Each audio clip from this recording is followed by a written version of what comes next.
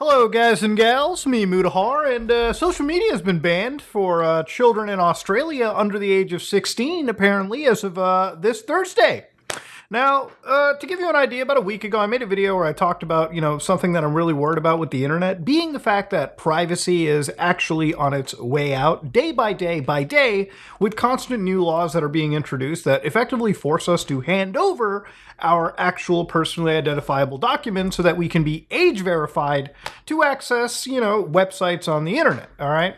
Now, over here on our side of the world, in Canada, the United States, a lot of this stuff is relegated to adult websites, websites where generally you have to be over 18 or you should be over 18 to access. And while there's a general sentiment of understanding that you're trying to protect children from accessing, adult content, which is understandable, you want to make sure kids are safe from really spooky parts of the internet.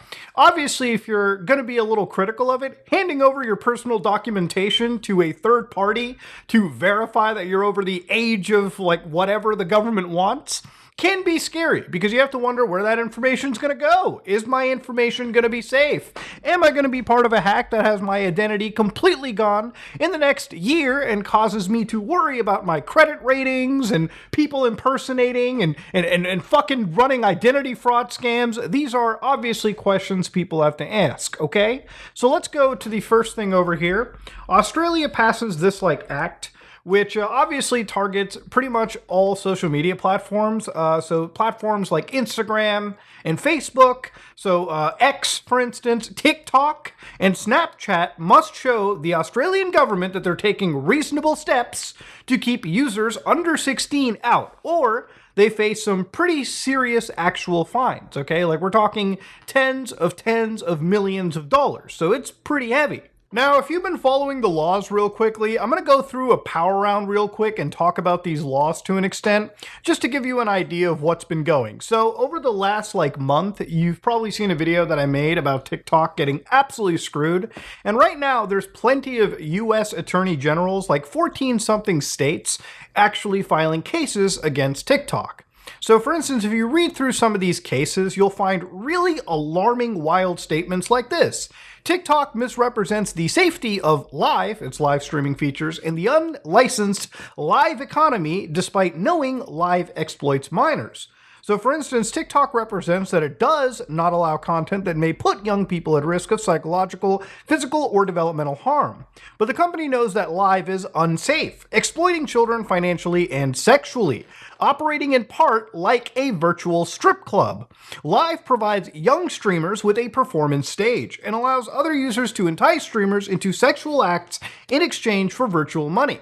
Now, I'm pretty sure there's a good investigation by, I think, Upper Echelon Gaming, where he actually goes really deep into this, but this is actually a problem, and it's not just a problem on TikTok specifically, but I would say most live streaming platforms that incentivize user-monetized interactions. There are actually other lawsuits and other cases that have been introduced.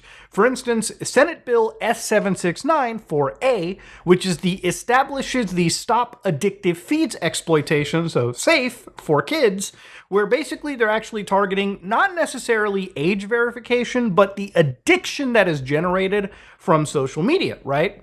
So what they say is this act prohibits social media companies from providing children under 18 with addictive feeds absent parental consent. This act will still permit minors to view non-addictive feeds, so feeds where it goes through chronologically. So if you follow 10 accounts, you're going to get 10 of those accounts' feeds just delivered chronologically, and I think that's actually great. As an adult, I would prefer that, because I understand the level of addiction one can have. Have you ever found yourself just on any of these social media platforms and you just constantly keep scrolling because you'll see one post you like, and then you'll see another post and another post and another post? Social media addiction when it comes to feeds is pretty normal. Everyone understands algorithms are designed to keep you hooked onto an application for more than hours on end. They're designed for you to scroll through feeds, view advertisements, and generate, actual engagement and money for a lot of these social media services. So yeah, addiction is pretty real. Social media can be pretty unhealthy if left unchecked. Now, the thing about all of this is, growing up, right, you might be my age and wondering, hey, we grew up pretty fine. But to give you an idea, we all grew up when the internet was kind of becoming this big thing. I remember as an elementary school kid, Seeing things like Facebook and MySpace didn't even start occurring until like the 6th grade, really, right? And it wasn't until you started reaching high school that, kids had like actual Facebook accounts. But that was like one social media service. Now, a lot of kids that you'll poll probably want to be influencers. They have accounts on every social media application, and they're constantly uploading content and personal and private information on a near daily basis to these platforms. And of course, the engagement children can have on these platforms with other people that are outside their usual friend circles can be positive and or negative to their actual, mental health at anything. So these are all things you have to consider. It's a different world of social media if you're a kid now. And anybody that's grown up and they're my age, our social media, I think, isn't necessarily the same as a lot of these children's social media that are growing up right now in 2024. Now, because of all of these things, a lot of governments around the world, for instance, this is a bill from Canada, S210, where they actually talk more specifically about, sexual material, for instance, and they want young individuals to actually not access that content, which sounds great, obviously, on paper. Nobody wants children to have unfettered access to online pornography. And some of the actual wording on these kind of laws matter from where you go. Like in the United States, we looked at some cases where, websites can literally be classified as adult if 1/3 of their content around is uploaded as NSFW. Which again, I wonder if these things might change in the future. Maybe that number might become more stricter. And in some cases, it might just be a situation to kind of lump sites like Reddit or even X that do allow this mixture of NSFW content and actual safe for work content in the same thing. It's not irregular for you to be browsing something like X, opening up a set of replies and seeing just pornography somewhere tossed into the middle, right? I don't know how true it is for something like Reddit because their NSFW is a little bit more heavy. You do need an account that you make on their site from my use to actually access. But again, cross-mixture, I think some of these bills are trying to get into it. But when you read into how they want some level of age verification, at least for Canada, they want something that's reliable, maintains user privacy and protects users' personal information, collects and uses personal information solely for age verification purposes, except to the extent required by law, destroys any personal information collected once the verification is completed, and generally complies with best practices in the fields of age verification and privacy protection. So it sounds like the government wants to have these idealistic goals, but nobody actually has some idea on how to get things going. So over the course of literally last year, they actually did provide, the Australian government did show this whole multiple page roadmap for how they're going to verify ages, that are accessing social media services. So generally it kind of boils down to a few different methods, one that I'll go right here. So for instance, allowing banks to possibly confirm that a user is over 18. So if you have a bank account with any organization, they have your personal information on file. Generally, I guess you provide a login through your bank, or you use a credit card in some cases where they'll also check that you're over the age of 18 by verifying that the credit card holder, is obviously an adult. And this is something that you'll see on sites like I think OnlyFans, where obviously I think you can make an account, but in order to actually do any form of subscriptions or access, you do need to provide a small little credit card payment check just to make sure that you're an actual adult. Now, the other thing they can do is get the mobile providers, so people who are using cellular services, to prove that you are in fact an adult, which sure, that can happen. But one of the scariest things about it, obviously, are these two. So usage of facial age estimation technology. Now, if you live in the United Kingdom and you've ever made a PlayStation account, chances are you've had to require sending a selfie of yourself to a third-party server where, again, you would take a selfie and it would upload to a server. They would actually have a machine learning platform or an AI platform that would look through your image and determine your age. And if you were over 18, cool, you go through. Now, how it can verify that you might use somebody else, maybe like a parent, maybe you would use some photo that would look like an older person, I don't know. You could spoof that image even, right? And pass off as an adult. Obviously, each different implementation will be different, but this is the era we're getting into, where we'll have to be sending biometric scans to one day access social media sites, not even just adult websites. So in some cases, they want to ask site users to upload a photo that is matched with photo identification. So one of the things that I found good or somewhat decent sounding was this section. It's on like page 20th of their roadmap. So with potential concerns for privacy and security, one of the most relevant components of EU Consent Pilot was the use of something known as a tokenized approach. So it's an interoperable double-blind approach to preserve user anonymity, which basically where if you're on an age-restricted website like Twitter, for instance, they do not know the identity of the user submitting the information. And the age assurance service provider, so the people you provide that selfie to, you give your documentation, they do not record which sites a user visits. So this is a big problem that people kind of had with this is obviously if you had if you had a situation where you had to provide information to a social media service or a third-party provider, could that not possibly bring up the issues of online honeypots, right? Of like people harvesting your information and potentially using it to blackmail people for accessing certain websites. I mean, it would be pretty embarrassing for, a politician to be known that they're accessing adult websites. But also, I think for people who are genuinely worried about possible censorship, right? Like imagine now being on a list of what sites that you're accessing, right? Like imagine if the government now can basically tabulate, hey, this person is trying to access this specific website that we've deemed as an adult website or a social media website. And so now we have a registry of what sites somebody is accessing. And people are genuinely worried that, hey, maybe I'll be put on some watch list or I'll be monitored or my ability to freely access the internet, anonymous wise is gone, right? Because now if the government knows exactly where I'm going, then I don't really have any online digital anonymity. And I argue that people really didn't have much anonymity with ISPs, but this takes away pretty much all of it, right? Generally, if you cared about your anonymity, you would go through a layer of VPNs, you would actually use browsers that would not or fight against any form of online fingerprinting. But with age verification and ID verification, especially for social media sites, any presence of anonymity is actually being stripped away. It really is a point where for a lot of the children in this case, or even the adults who actually want to be anonymous or access these websites, will have to rely on things like the Tor browser. And they'll have to use that to access the dark web, which again is a field of the internet that is completely unmonitored. Well, not unmonitored, but it's entirely unregulated, which again, will lead to people, again, coming across stuff that might have even been worse than if they just browsed regular social media. Now, obviously, one of the things people also worry about is if you're providing, this third-party company your information to verify, how can you ensure that that information won't be used or won't actually end up getting hacked, right? A while back, I covered in 2022 something known as the Optus actual data breach.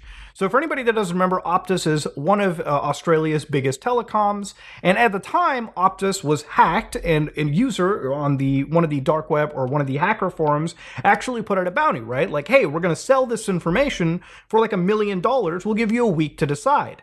Turns out this information actually contained some pretty personal stuff. And that information actually apparently did contain current and former, names, birth dates, home addresses, phone and email contacts, passport, and driving license numbers, which these last two obviously are pretty huge. So obviously, people who worried about their personal information now have to deal with possible cases of identity theft, fraud, actual, scammers who would try to impersonate and attack people with more specific information. These are all things that are super, super worrisome. And this is, again, Australia, the country that passed this without actually thinking of the privacy implications that come. So even other hacks like MetaBank came out where this actual information from OAIC ends up coming out and telling you that during the period of 12th March 2021 and October 2022, MetaBank, which is one of the larger private insurance companies, actually had a leak of 9.7 million individuals. So current and even former customers who literally weren't even with them anymore. And how? Because they failed to take reasonable steps to protect that personal information from misuse and or unauthorized access or disclosure. And the way they describe it, obviously, is the threat actor, the person hacking, was able to authenticate and log into Metabank's Global Protect VPN using the Metabank credentials because during the relevant period, access to Metabank's Global Protect VPN did not require 2 or more proofs of identity or multi-factor authentication, which is a pretty serious security fuck-up that ended up costing millions of people their personal information. Now, obviously, a big difference over here between those two hacks is clearly, for some of these companies, it's very imperative that they will delete this stuff or any of these images or documents after a period of 24 hours to like 48 hours or like a specified period. Now, again, it revolves you, again, trusting this organization, making sure that the government is keeping up to tabs on this level of, like, legislation, at least at this private level, being actually enforced. So again, these are things that everyone considers. I don't necessarily think that even the third party would like to be a bad actor, but this does pose a question. You are sending your information to another place, and honestly, when information is stored anywhere for any period of time, it is obviously under any threat of hack. So that's something to put into your consideration. So again, if you want to implement things like ID checks, right? Because ultimately, if your goal is to protect the children, which I think is incredibly noble, my experience with any government that wants to protect the children is obviously there is a much more ulterior motive. I really do think, and this is where I'm going to get a little bit tinfoil hat-ish, I really feel like a lot of these big countries, a lot of governments around the world truly do fear pure anonymity on the internet. It can be a serious double-edged sword. On one hand, having that complete anonymity on the internet allows you to truly express who you are without fear of, basically being hurt. People like journalists, marginalized groups take severe advantage of this, rightfully so, to be able to speak their piece, live their lives, and enjoy life or some component of their life without actually being under some subjugation. But there's obviously bad actors who use this kind of information to attack other individuals, hack people, spread serious misinformation, cause pandemonium. So yeah, it's a double-edged sword. I understand why the government actually fears anonymity. And this is a measure for them, not specifically, I think, to just protect the children, but to have some idea of record keeping or understanding of what type of people or who are accessing social media websites or adult websites, or really anything that the government deems to be adult-oriented or unsafe. Now, I think any form of this kind of access is a bit dangerous. It's definitely throwing the baby out with the bathwater when it comes to our actual privacy. And obviously, if it's happening in Australia, I think the more popular this gets, this idea, it could then bleed over, obviously, to the United Kingdom, to the United States, to Canada, to a lot of governments around the world that are dealing with similar issues. And the thing about it is, once we reach an era where the internet is completely monitored and digital IDs become effectively the norm and accessing the internet requires us to actually provide personal information, I think A, the monitoring is going to obviously increase a million times more than we've ever had it, but I think there's a very serious risk we're inviting into the house by letting a lot of these third-party companies take advantage of storing our information. And sure, it might be safe, it might be there, but this is going to be another vigilant fight these organizations are going to have to keep up. And the thing about some of this, too, is obviously this is the government, and I don't doubt that the government will probably try to pick the cheapest vendor that will provide them the basic targets they have to hit. And ultimately, the real danger will just be the people and their personal information. Now, I think if you're an adult, right, and this is my personal belief, so I'm going to end it off on this. I think since social media is dangerous, we've considered it to be dangerous, especially for children. In my opinion, it's no more different than alcohol, than cigarettes, or even firearms, right? And I think if you're an adult, and like I said, I think an adult needs to take care of their children rather than having the state or anyone else take care of their kids for them, right? Now, when it comes to things like alcohol, right, you go into a store, you go into a point of sale, you provide them an ID, which is right there in front of the person to verify human to human that you are purchasing alcohol. When that comes to your house, you as an adult, as a parent, need to ensure that alcohol is kept away from your children, right? If I let kids in my house have access to beers, whiskeys, then I believe, underneath the current government that I'm in, I would be promoting to the delinquency of a minor, which is not something I would ever want to do. Same goes for cigarettes, same goes for marijuana. If I purchase a firearm, I go to a place, provide them my actual identification, point of sale. Obviously, with firearms, you do have to go through background checks. So there's a few more things that are done there. But when I get a gun, it's supposed to be stored safely so children don't get unfettered access. Obviously, for a smartphone, I get it. You're buying kids an iPhone or an Android device, and even if you don't understand how to put like parental controls on it, obviously kids probably will find a way to bypass any form of block you put on because kids are not stupid and they'll access these websites anyways. But I still think the actual onus should be put on the adults, right? If you're purchasing your kids a smartphone or a tablet or a computer, then I really feel like you should sit down with your kids and really talk about what kind of websites they're going to and really discuss the actual harms they can have with social media. I'm not telling you to have a fucking Hallmark moment with your kids, but I am telling you that if you want to have the best of both worlds where we live in a private future and kids are more cognizant of dangers on social media, then maybe it really does involve more direct parenting, right? I think this whole notion of giving kids a phone or a tablet and letting them go laissez-faire into the world is very dangerous, all right? And I think a lot of the blame should really be put on parents who let that happen in the first place. I think there's a lot of good parents out there that focus on their children's screen time and make sure that there's parental controls that are set and do talk to their kids about it. But I do think that that is more of an exception than it is generally the norm, based on my experiences and what I've seen with parents around me and just children with unfettered access to the internet. But yeah, a lot to talk about today, and I wanted to really get these things out. I don't think age verifications are something that works. It's not just an opinion that I have. Plenty of privacy groups, like the EFF, also share a similar view of the world as well. I get the government wants to build these things as protecting the children, but I really think that there is an ulterior motive behind it. And also, I think the government pushes these laws without even actually thinking about the technological possibilities of it, right? I mean, how are you really going to prevent kids from accessing these websites, right? Like, yeah, sure, a website is banned in Australia.